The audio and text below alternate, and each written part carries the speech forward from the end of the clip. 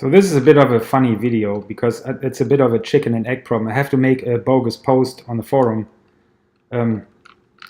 before I can actually post this video on how to properly embed a screencast in a Fusion 360 forum post. So, and this works for editing a forum post or creating a new forum post. So in this case, I'd already created a forum post and embedded a screencast that has absolutely nothing to do with that thread. But anyway, so I'm going to click edit reply. And there's my YouTube, there's my screencast embedded, and I'd already typed some text. So the best way I've found to actually edit posts with the screencast embedded is, edit the post, and then I click on the HTML tag, and that converts that into HTML code.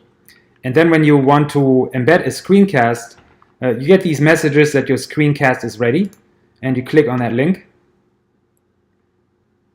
Just takes for a moment to load, and then there is this embed button here. You click on that, and I usually change the resolution of that video to Autodesk Community, copy and paste this, and then get back over to my message editing here in the forum, copy and paste it, click back to rich text, and there is the embedded video. That same, by the way, works with YouTube videos. Works the same way.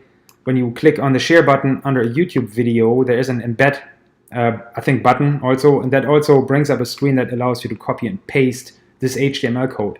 And that works either in a new post or when you're editing a post. So hopefully this helps. Now I have to click on post on this post again, and then I have to edit that post again to add this screencast from YouTube. So hopefully this helps.